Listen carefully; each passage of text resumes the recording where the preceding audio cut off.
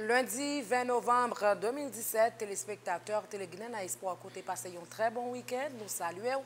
Nous comptons rentrer la cave aujourd'hui en occasion première sortie dans les vestiaires des stades. Déjà, nous souhaitons passer une bonne semaine. Nous allons continuer avec Captain Bill qui m'a dit Captain, bonsoir et bienvenue. Tout pour te souhaiter une bonne semaine, Captain. Bonsoir Inadel, bienvenue dans la première sortie émission dans les vestiaires des stades pour semaine. Pendant que nous saluons tous les amis sportifs.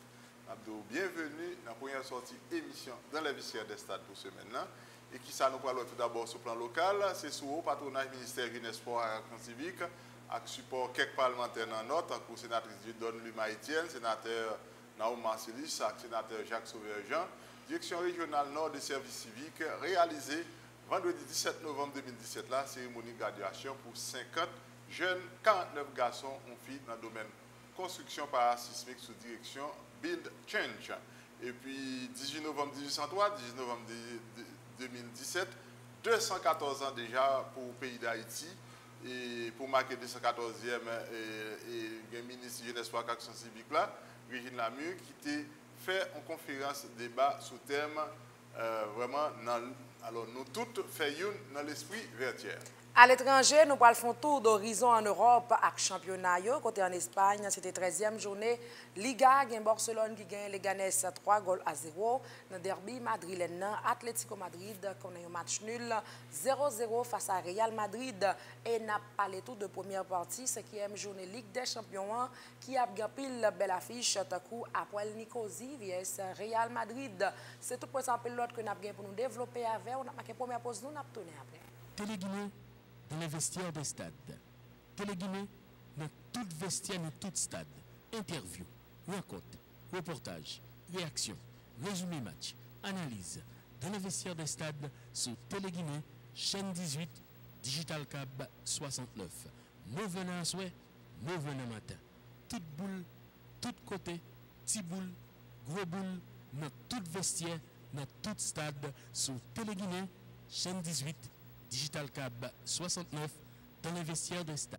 Nous tournons après la première pause là. Nous remercions pour patience et fidélité. Mais informations en détail sur le patronage ministère de la Jeunesse des Sports et de l'Action civique avec support quelques autorités parlementaires, takou sénatrice Dieudonne Luma Etienne, sénateur Naoum Marcelis, Jacques Sauveur-Jean, direction centre régional nord de service civique dans la localité Grand-Pré, département nord, réalisé vendredi 17 novembre 2017, la cérémonie graduation, 50 jeunes, parmi eux 49 garçons et une fille dans le domaine construction parasismique sous direction Bill Change a précisé. C'est une formation qui était déroulée en 2 étapes. Première formation était concernée la notion de base en maçonnerie chaînée à 1 ou 2 niveaux. Deuxième formation elle-même, c'était un perfectionnement en maçonnerie chaînée à 1 ou 2 niveaux. Voilà, c'est comme ça. Ça t'est dans la ville au Cap de Rabdi. Pendant le week-end, au Cap était vraiment en mouvement avec causé 214e anniversaire, bataille de vestiaires. Dans ce sag, Mackenzie Jean-François, qui est directeur centre régional nord de service civique, dans la déclaration, remercier toute autorité qui, dans une façon ou une autre, a contribué à la réussite de 50 jeunes saillots. En suivant. Jeudi, c'est 17 novembre. Côté que nous gagnons 50 jeunes qui parlent graduer dans la construction parasismique et chaînage. Tout le monde songe qui s'est passé dans le pays le 12 janvier 2010, côté que tu as une catastrophe naturelle, le pays a tremblé. En pile, Haïtiens étaient victimes. Et en pile victime, cause majeure, c'était la construction qui va respecter les normes que vous êtes capable de construire.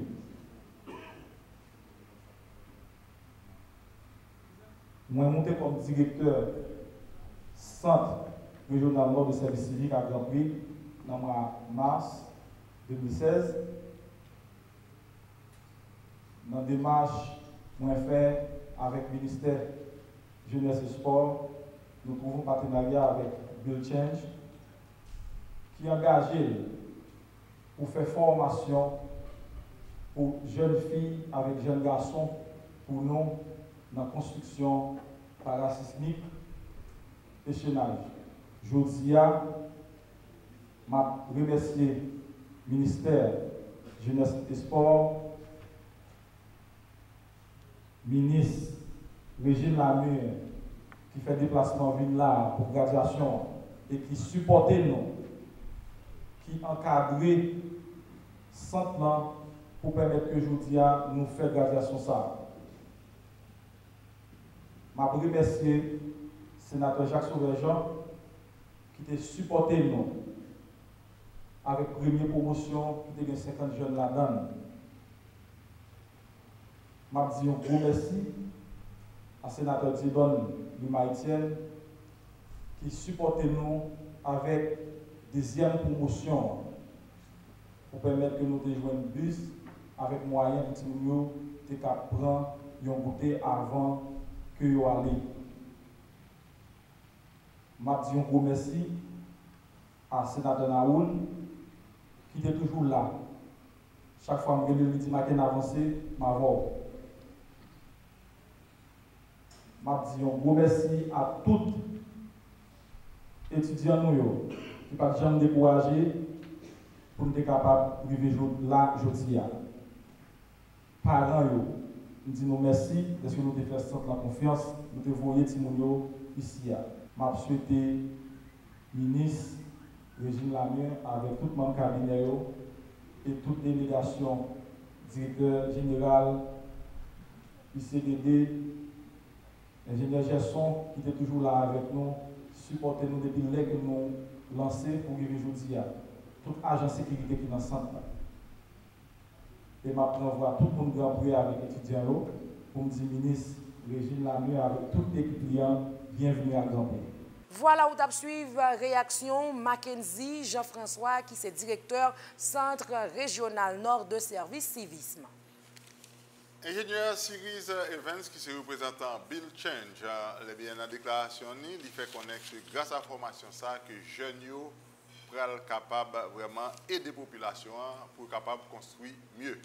Le Centre canado-technique et d'accréditation à réseau s'estime heureux de vous recevoir en cette enceinte à l'occasion de la cérémonie de certification des jeunes qui ont reçu une formation professionnelle en construction parasismique. Le 12 janvier 2010 nous a prouvé de manière dramatique et brutale la vulnérabilité du bâti existant en Haïti. Particulièrement, le Grand Nord est à haut risque sismique car il est situé au long d'une faille active, dite faille septentrionale, responsable du séisme de magnitude 8 le 7 mai 1842. Après le 12 janvier 2010, le mot reconstruction commence à faire la une. L'État haïtien et ses partenaires voient la nécessité pour apporter un changement profond dans le domaine de la construction en Haïti. C'est dans ce contexte que Bill Change et ses partenaires comme USAID, Canado-Technique, a ouvert le Centre Canado-Technique qui donne une formation en construction parasismique, principalement en maçonnerie chaînée. Récipiendaires, je félicite pour courage, pour dévouement, pour sacrifice nous avons fait, pour nous aller dans le centre, pour nous faire une formation. Nous connaissons les pas facile. Mais dans quelques minutes encore, nous allons recevoir un certificat qui va identifier nous comme techniciens. Mais je dis non. Certificat, ça c'est un papier. Tout ça, nous pourrons apprendre de nous. C'est qui qualité de travail, nous pourrons remettre nous sous chantier. Ça veut dire que nous pourrons regarder si valait papier qui nous met nous ensemble avec nous.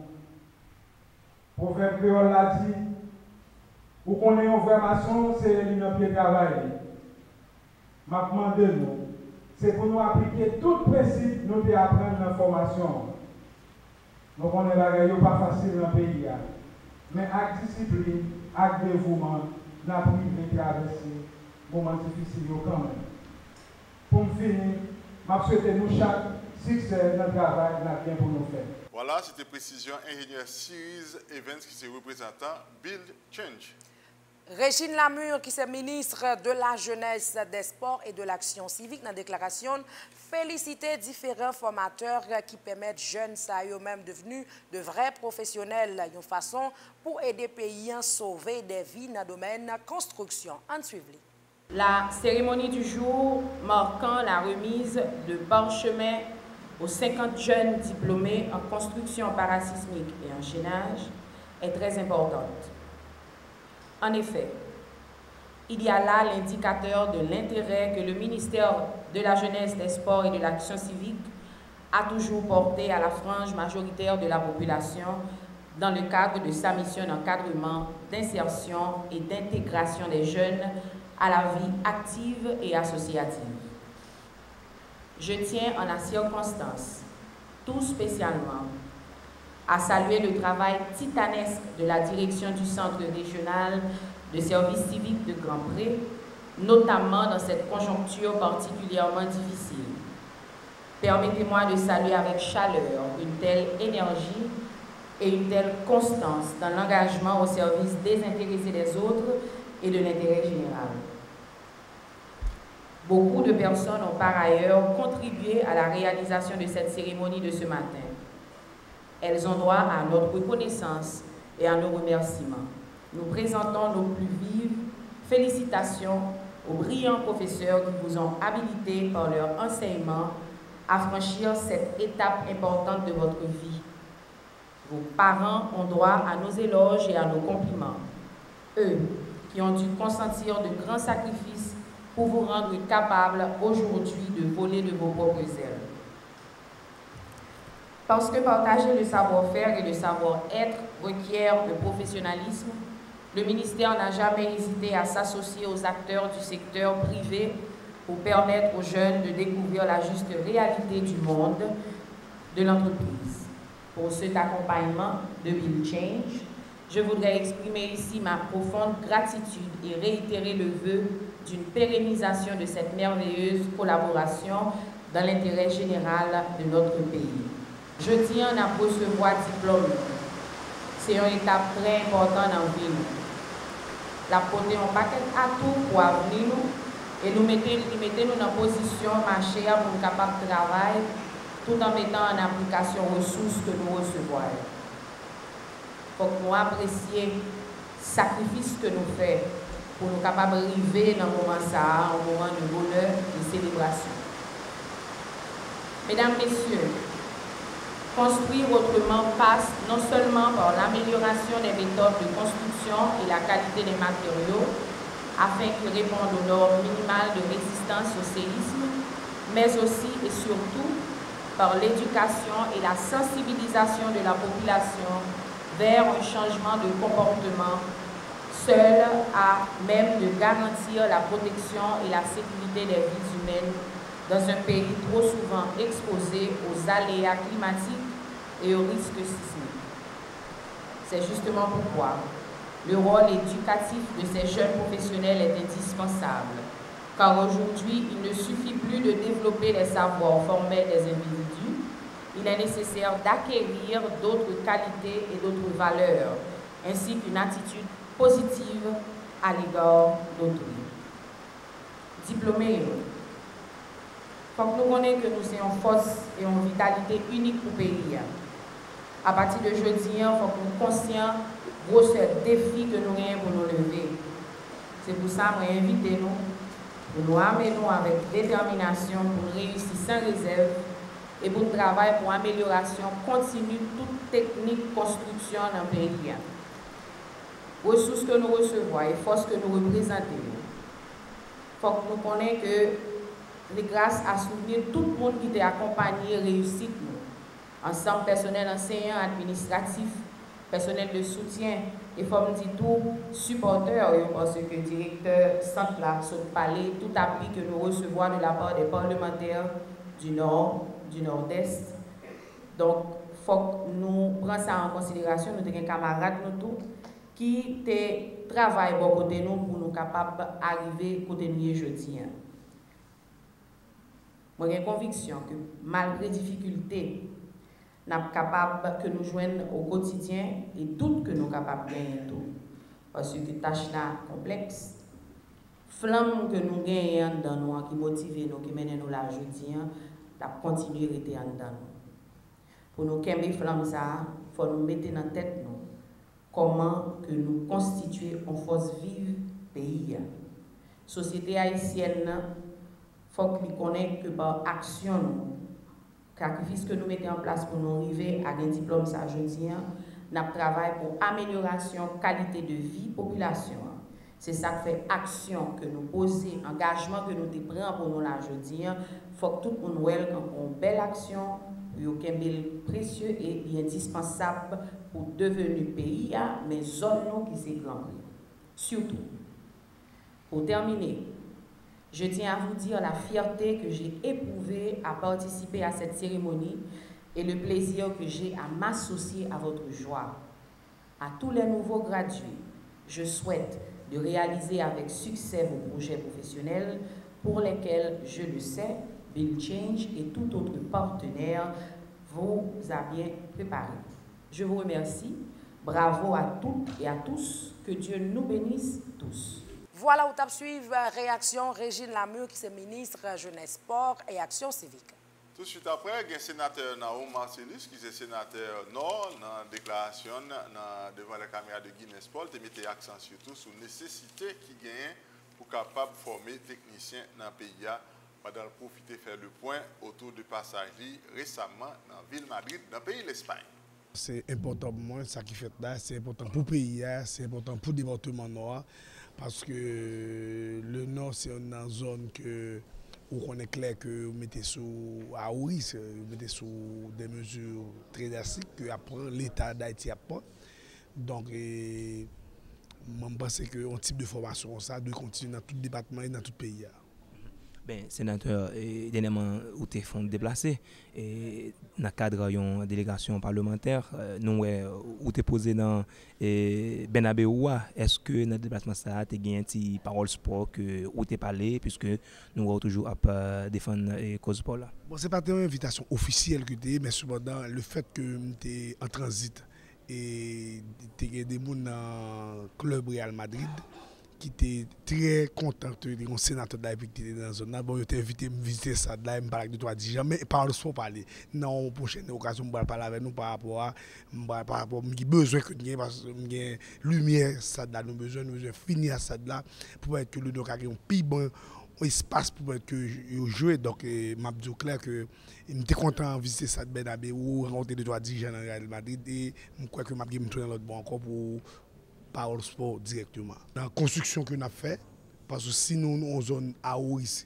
c'est normal que un type de formation soit nécessaire pour l'ensemble de l'autre jeunes dans le département et dans le pays en général. 12 janvier, montrez-nous ça. Donc, c'est base pour permettre que nous avancions. Voilà, c'était précision sénateur Naoum Marcellus. Jacques Sauveur-Jean, lui-même qui est sénateur département Nord-Est, dans la déclaration, encourager tout jeune dans le pays à apprendre un métier capable de faciliter et exposer tête sur le marché du travail. En suivant sénateur. Nous avons parti sur le principe ça, mettez valeur sur le monde. Et de cette phrase, l'ouvrier qui travaille mérite son salaire. Ou vous mettez l'accent d'abord et surtout avant tout sur le monde qui ont fait travail sur parents ouvriers qui ont une qualification. Et le résultat, le salaire qui peut le faire au cas subvenir à besoin ou même famille. Donc il faut être motivé par le travail pour permettre que vous survivez et créer, ça crée les nouvelles richesses dans le pays. Donc tout autant qu'il y a une activité ça au cap fait qui mettait valeur sur les jeunes qui viennent un métier, nous avons un pays qui est capable de faire face à la responsabilité, côté que ou capable de retourner sous phrase ça, vivre d'abord, se philosopher ensuite. Et on parle le travail, mais c'est toujours le problème d'Haïti. Nous toujours soulevé l'idée de qu'on ait qui côté, dans qui banque que yo mettez valeur, qui ça moun nan vaut et dans qui casier lié pour permettre que leurs besoins pour qu'à servir avec. Mais au fur et à mesure, parce que déjà nous commençons par le commencement, où on a tenu compte de formation et yo même tout intéressés. Donc peut-être qu'un jour on saura où les classer et où les retrouver aux besoins de la société. Mais c'est un travail à faire. Voilà où tu suivre réaction Jacques Sauveur-Jean, qui est sénateur département Nord-Est. Capitaine, faut nous dit que ça lui-même, il pas de camper là, nous sommes en mouvement, mais tu as l'autre activité toujours en nous rapidement. Comment ça t'est, capitaine? C'est ça, c'était dans l'occasion du 18 novembre 1803, 18 novembre 2017. Ça fait déjà 214 ans depuis que Haïti est devenue première république noire libérée. Pour marquer 214 ans, ça, ministère de la Jeunesse et des Sports et de l'Action civique, qui est en tête de Mme Régine Lamure, eh bien, il était réalisé vendredi 17 novembre 2017 là. Une conférence en débat dans le local collège Regina à Somta en baptême. Nous toutes faisons dans l'esprit vertière. C'est sous direction des conférenciers et triés sur le volet, tant que professeur Wilson Lalo, professeur Bel Angelo, pour une citer personnalité ça seulement, avec participation plusieurs établissements scolaires dans la cité christophienne. Eh bien, nous suivons à présent et le ministre à la Jeunesse et au Sport, Régine Lamure, qui est intervenu, il mettait accent surtout sur la volonté manifeste que les ancêtres ont gagné pour faire Haïti première république nègre du monde. C'est avec un sentiment de fierté que je prends la parole aujourd'hui à l'occasion de cette conférence dans le cadre des festivités devant marquer la commémoration du 214e anniversaire de la bataille de Vertières en ma qualité de ministre de l'Action civique, jeunesse et sport. La bataille de Vertières doit trouver et de fait trouve une place prépondérante dans l'âme de chaque Haïtienne et chaque Haïtien digne de ce nom. En effet, c'est grâce aux prouesses accomplies par nos ancêtres ici même dans cette terre du Grand Nord, le Nord héroïque, il y a de cela 214 ans, que nous avons pu bénéficier de cette opportunité de peuple libre, la première république nègre du monde. Voilà pourquoi l'administration Moïse Lafontaine entend redonner toute sa valeur et tout son sens à la commémoration de cette bataille dont l'ignorance signifie automatiquement le déni de notre existence comme citoyen d'un pays libre et indépendant, une indépendance conquise par l'armée indigène au prix du sang précieux avec à sa tête Jean-Jacques Dessalines comme général en chef, encadré des généraux Christophe, Pétion, Gérin, Rigaud, Geffard, sans oublier Gabard et Capois-la-Mort. Pour la commémoration de cette année, le thème choisi est le suivant. Nous toutes faisons dans l'esprit vertier. De ce thème, nous déduisons 3 points essentiels autour desquels je voudrais m'entretenir avec vous, chers participants à cette conférence. Premièrement, la pluralité et la diversité de la nation haïtienne. Deuxièmement, l'union qui fait notre force comme peuple. Troisièmement, l'esprit de grandeur et de l'effort qui doit guider nos actions comme descendants des valeureux héros de Vertières. Premièrement, nous toutes. Voilà une expression qui doit nous rappeler que nous sommes nombreux, des groupes sociaux héritiers de cette richesse qu'est Haïti, ce qui n'est autre que la pluralité et la diversité de la nation haïtienne. Nos ancêtres l'ont compris plus de 214 ans auparavant. Quand ils durent faire face à l'esclavage, ils se sont vite rendus à l'évidence qu'il est du ressort de toutes les couches sociales de s'impliquer pour combattre l'ennemi commun. Dessalines et Pétion, symboles de ces deux groupes sociaux, certes différents par la couleur de leur peau, leur origine, leur niveau d'éducation et leur aspiration, ont accepté de se tendre la main réciproquement pour relever le défi d'alors que représentait l'esclavage. Aujourd'hui, à l'ère des technologies, de l'information et de la communication, nous sommes environ 12 millions d'Haïtiennes et d'Haïtiens, mulâtres, noirs, citadins et campagnards. Ne sommes-nous pas tous des filles de Dessalines et de Pétion. Ne faisons-nous pas face à des difficultés aussi graves, sinon pires, que le jour de l'esclavage de nos ancêtres? Si la réponse aux questions précédentes est positive, pourquoi est-il si difficile, voire impossible, pour nous, frères et sœurs haïtiens et haïtiennes, de se rapprocher l'un de l'autre pour poser les vrais problèmes de l'heure de notre cher Haïti? Fayoun, cette expression est synonyme d'unité, c'est-à-dire un groupe ayant plusieurs points de ralliement, un dénominateur commun. Étant lié à des éléments identiques, notre existence se trouve donc intimement liée et en tant que telle, nous sommes obligés de vivre de manière interdépendante et agir l'un en faveur de l'autre. Sinon, nous sommes tous voués à la disparition. Le joug de l'esclavage est tellement pesant que les Noirs et les mulâtres, étant tellement pesant que les Noirs et les mulâtres ont compris qu'il n'y avait nul autre choix sinon celui d'une union véritable pour se défaire de ce pesant fardeau. Frères et sœurs haïtiens, la vulnérabilité de notre environnement devrait nous interpeller tous. Les différents qualificatifs souvent utilisés pour parler de notre pays ne nous concernent-ils pas tous? Ou encore, ne suffisent-ils pas pour nous faire comprendre qu'à l'instar de nos ancêtres, nous ne devons pas continuer à nous battre, mais plutôt à agir main dans la main comme Noirs et mulâtres l'ont fait il y a de cela 214 ans. Ce faisant, nous aurons agi dans l'union qui fait notre force comme peuple. Dans l'esprit chrétien, voilà une expression qui traduit l'esprit de grandeur et de l'effort qui doit guider nos actions comme descendants des valeureux héros de Vertières. C'était incroyable, impensable, inimaginable, contraire à toute logique et toute rationalité, impossible à expliquer que des va-nu-pieds possédant des baïonnettes obsolètes, de vieux canons et des boulets récupérés pour la plupart des mains de l'ennemi, des soldats mal nourris, mal vêtus, affamés, évoluant dans un contexte climatique très défavorable, pouvaient oser se battre contre l'armée la plus puissante de l'époque. Pourtant, à Vertières, l'armée indigène a mis en déroute l'armée de Napoléon. Est-ce pourquoi Haïti ne peut pas se permettre le luxe de vivre sans une armée, ne serait-ce que pour marquer le symbole de la prouesse de Vertières? Ceci et tant d'autres raisons justifient la décision du président de la République, son Excellence M. Jovenel Moïse, de remobiliser l'armée d'Haïti qui a créé cette nation et qui, malheureusement, a été mise en veilleuse depuis près d'un quart de siècle.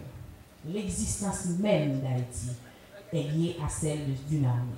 Aussi, tout Haïtien digne de ce nom ne doit-il pas de contribuer de garder vivante cette armée que le président a décidé de remobiliser? Si nos ancêtres ont réalisé l'exploit de Vertières, et si d'aventure nous, Haïtiens, nous portons dans notre ADN les gènes des pères fondateurs, nous ne devons reculer devant aucune barrière ni muraille qui se dresse en face de nous aujourd'hui. Haïtiennes et Haïtiens, nous sommes un grand peuple, fils et filles de valeureux héros ayant accompli l'inimaginable. Voilà, c'était précision, ministre Jeunesse Sport et Action Civique là, Madame Régine Lamure. Wilson Lalo, qui est directeur cabinet président République là, l'intervention mettait accent sur représentativité ville cap haïtien dans l'histoire pays. En suivre. Moi, je connais que Cap Haïtien sont une ville qui est fière, qui a une grosse histoire et qui justement abrité un site parmi les plus illustres de l'histoire de l'humanité qui habiterait Vertières. Et moi, je crois, pour l'expérience que je fais déjà dans la ville du Cap Haïtien, je connais des tribuns, c'est des gens qui parlent bien. Je n'ai pas écouté ça, et le professeur Bélanger te dit, mais je connais que lui-même, il mettait vraiment en valeur la geste de Vertières, et il pensait que jeunes, que nous tous là, enthousiastes parce que le ça l'a bondé dans la journée, il montrait l'intérêt que nous gagnons pour les choses de l'esprit. Ça m'a dit avec collègue dans la machine qui a pris un pour me dire que son côté, jeunes Lyon intéressé moi. Les jeunes du pays, mais en tout cas dans cette ville, dans cette région, Mounio très intéressé aux choses de l'esprit. Et moi-même, je regrette que je n'ai pas arrivé à temps pour me participer comme il se doit à cet événement. Nous venons au Cap-Haïtien là, dans le cadre, nous venons au Cap-Haïtien, des jeunes qui sont dans l'autre commune, qui ne sont pas forcément de Cap-Haïtien, qui là a assisté dans le cadre de deux événements. En fait, le premier événement, c'est le lancement commission nationale pour l'innovation et l'insertion socio-professionnelle des jeunes qui fête dans la mairie Cap-Haïtien, jeudi, nous allons regarder là tout. Et l'idée demain, évidemment, c'est commémoration de la bataille de Vertières, de la victoire de Vertières, qui fait que jeudi, nous sommes là. Double événement, ça nous voit que lié. Parce que parler de Vertières, c'est parler de la bravoure, c'est parler un pays qui a une certaine idée de tête pâle et qui pas accepter n'importe quoi. C'est parler d'un pays qui n'a pas peur d'aller à l'assaut des défis de l'avenir. Et c'est des gens qui croient qu'il y a des actes qui sont plus importants que la peur, que la mort même. Et c'est ça qui va nous Vertières. Et c'est ça qui fait que Haïti est occupé en place de choix dans l'histoire de l'humanité, de l'Amérique du Sud à l'Amérique du Nord, de l'Afrique à l'Asie et même de l'Europe. Donc on est que même mot démocratie, liberté, et déclaration universelle des droits de l'homme et des citoyens, lit quelque part d'un sens par rapport à sa fête dans Vertières. Et je crois que nous tous qui sommes là, nous connaissons ça et nous très bien intégrer ça. Le moment ça est particulièrement intéressant parce que nous, dans le contexte, côté pays a demandé en rupture. Notre pays avait 7 personnes sur 10 qui ont moins de 30 ans. En tout cas, pas 7 ans. Environ 67% de la population qui ont moins que 30 ans. Ça veut dire que c'est un pays qui est doué à rêver. Quel que soit pays sur la terre, en tout cas, c'est un des pays comme l'Allemagne qui passait comme un champion à l'international, qui gagne des produits sophistiqués que l'a imposé par le monde, qui produit pas de plus cher et pourtant toujours à vendre plus. Là, pour un petit pays comme la Suisse, que personne peut-être n'a pas tenu compte de bien pile, et nous avons même conscient, influence la Suisse dans l'organisation actuelle du monde des affaires, et nous parlons que c'est des pays côté. Il n'y a pas de richesses particulières là-dedans, sinon que Moun. Le cas de la Suisse est même d'autant plus impressionnant que nous parlons que c'est le pays d'ailleurs, c'est un ou deux pays qui gagnent le plus gros PIB per capita dans le monde. C'est-à-dire plus gros richesses créées par année sont par individu, c'est en Suisse que le fait. Mais pays, ça, c'est des pays qui mettaient plus accent sur capacité cognitive, sur talent, sur valorisation de ça, chaque monde qui a porté dans la communauté. Nous connaissons que la Suisse choisit par exemple technologie de précision et il concurrencer n'importe quel pays sur la terre et il n'a pas fait l'autre bagaille que il basé modèle IA sur la jeunesse, sur les jeunes dans son pays. Et donc je pensais que l'événement, ça veut dire intéressant pour moi-même, mais lié événement de maître, je vais parler avec nous aujourd'hui pour être plus précis. Il est intéressant pour moi parce que pendant que nous avons ces commissions de jeunesse, en même temps, nous avons célébré Vertières. Vertières, c'est un ensemble de monde qui décidait qu'ils ne sont pas d'accord pour l'autre monde dire qu'ils sont inférieurs. Ils ne sont pas d'accord pour l'autre monde penser qu'ils sont plus intelligents parce qu'ils ne sont pas d'accord pour des gens décider qui ça eux-mêmes doivent lier ou doivent faire de comment ils doivent vivre, de qui ils doivent dormir, de ça ils doivent manger, etc. Et qui étaient comme des choses. Et refus ça, il fait mon ça aller au devant de difficultés qui, parmi les plus insurmontables que les gars imaginés, Et je dis, il fait que le Chica, je dis, n'a pas voisé, il dit, nous c'est haïtien, etc., etc. Mais la question reste, revendiquer d'être haïtien veut dire quoi en 2017, dans un contexte mondial et dans un contexte d'Haïti, de ouais que nous obligés de gagner des missions étrangères en Haïti, nous obligés le jeune pas de travail à quitter le pays pour aller voyager à vivre dans notre pays, nous obligés un pile jeune à vivre dans une sorte de désespoir qui fait accepter n'importe quoi, nous obligés refuser, comment dire, dans situation côté, n'attend que c'est l'autre monde qui aide nous à résoudre des problèmes qui fait que nous-mêmes nous perdons dignité des peuples. Voilà, vous avez suivi réaction Wilson Lalo, qui est directeur cabinet président républicain. Tout de suite après, il y a un professeur Bel Angelo et dans une conférence, dans l'intervention, il a fait le point autour de la bataille de Vertières qui permet que le pays d'Haïti vienne libre et indépendant. La bataille de Vertières est l'événement le plus significatif de la marche historique vers l'indépendance d'Haïti. Selon le professeur Wilbert O. Joseph, professeur du CAP, la bataille de Vertières est classée parmi les 10 plus grandes batailles qui marquent l'histoire de l'humanité de 453 avant Jésus-Christ jusqu'à 1943 au cours de la Deuxième Guerre mondiale.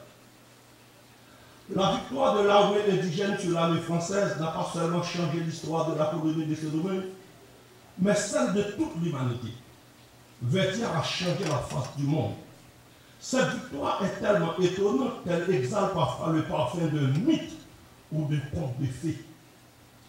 Un groupe d'esclaves, une armée de vanitiers face à la plus grande armée de l'Europe, composée des académiciens trempés dans les études militaires d'une noblesse incomparable.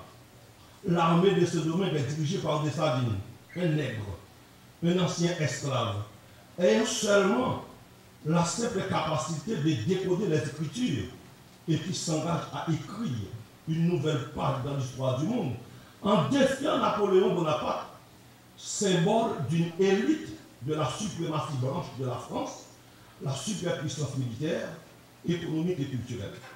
Napoléon a fait des études militaires très avancées. Dessalines est seulement une référence pour justifier cette réflexion. La traite négrière a fait des rois, des esclaves. La révolution haïtienne a fait des esclaves, des rois. Quels étaient les objectifs de cette bataille? Toutes les villes étaient contrôlées par l'armée indigène. Chaque région ou ville est commandée, contrôlée et dominée par un général puissant. Geoffroy était maître du Sud. Pétion dominait la région de l'Ouest. Christophe influençait la région du Nord. Paul Pron était maître des Gonaïves et François Capra s'imposait dans la région des Ports-des-Pères. Dessalines avait toute la colonie sous ses commandements. Il ne restait que le Cap, Mol Saint-Nicolas et Fort-Liberté sous le commandement des Français. Cette bataille est importante pour l'armée indigène et pour l'avenir de ces domaines. Les trois villes sont géographiquement situées dans les points les plus stratégiques. Le Cap, capitale de la colonie, même quand Rochambeau avait fait du port républicain le centre de sa politique coloniale. Mol Saint-Nicolas, le point de départ de la colonisation en 1492. Fort-Liberté, la pointe est, porte d'entrée de l'expédition de l'éclair en février 1802. Donc, la prise du Cap français était vitale pour Dessalines et aucun sacrifice ne saurait être trop grand pour atteindre un tel objectif. Les Français croyaient aussi dans l'importance de ces villes. Ils devaient jouer alors les dernières cartes dans cette bataille. Perdre le nord pour Rochambeau, c'est le signe d'un naufrage. Conquérir le nord pour Dessalines symbolise l'aurore d'un jour nouveau. Préparatifs et stratégie. Dessalines avait mobilisé toutes les forces militaires et spirituelles pour cette guerre. En criant grenadier à l'assaut, ils offraient leur corps, leur âme et toute une génération d'hommes et de femmes en sacrifice pour la plus noble cause, celle de la liberté. Ils voulaient mourir pour devenir immortels et entrer debout dans l'histoire de l'humanité. La grandeur de nos ancêtres dans la guerre de l'indépendance, et plus spécialement dans celle de Vertières, ne se réduit pas seulement au point de vue militaire, mais aussi au point de vue logistique, administratif et technique. Dessalines fut un génie dans la gestion des ressources humaines. Il ne fut pas seulement un génie militaire. Il partit de Petite-Rivière de l'Artibonite le 7 novembre 1803. Le 10, il arriva au Gonaïves où Paul Pron l'attendait avec sa troupe. Le 15, Dessalines atteignit Kafou-Kano au Lébé, où François Capa, venant de Port-des-Fers avec son régiment, le reçut. Malgré la pluie, malgré les courus des rivières, malgré les averses, il s'installait à Morne-Rouge le 16 dans la soirée. Le 17, au cours de la journée, Dessalines établit son quartier général au Rodicap, lieu de sa première rencontre avec Pétion en juin 1802. Dessalines fit placer les officiers dans les positions les plus stratégiques. Par exemple, il fit cantonner Christophe dans les hauteurs de Vigie au nord de la ville du Cap. La zone de Bel-Air bien cernée. À cette époque, le Cap n'avait qu'une entrée, celle de la barrière Bouteille. Par stratégie, Dessalines traîne l'armée ennemie sur un site qu'il contrôle, se rassurant que tous les points sont contrôlés et toutes les brèches de son bouchet. Le 18 novembre, avant le lever du soleil, Dessalines lève à la marche envers Vertières et les attaques sont lancées de part et d'autre. Les armes chantent la mort. Dans les deux camps, les hommes tombent.